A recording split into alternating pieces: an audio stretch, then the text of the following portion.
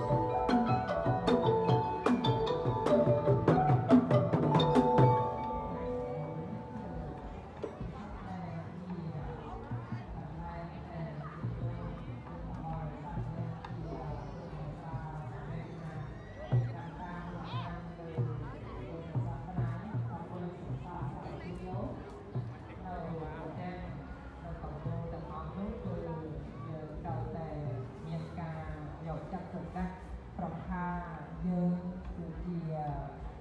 អ្នកកាន់នៅពុទ្ធសាសនាអ្នកព្រាហ្មណ៍តាមអ្នកជឿតាម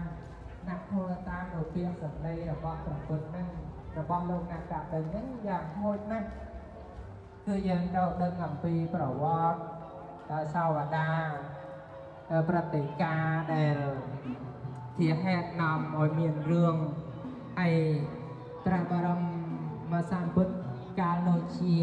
ព្រះពោធិសត្វកាលដែលព្រះអង្គមិនតន់ត្រាស់ដឹងជាព្រះសាបិតាយានជា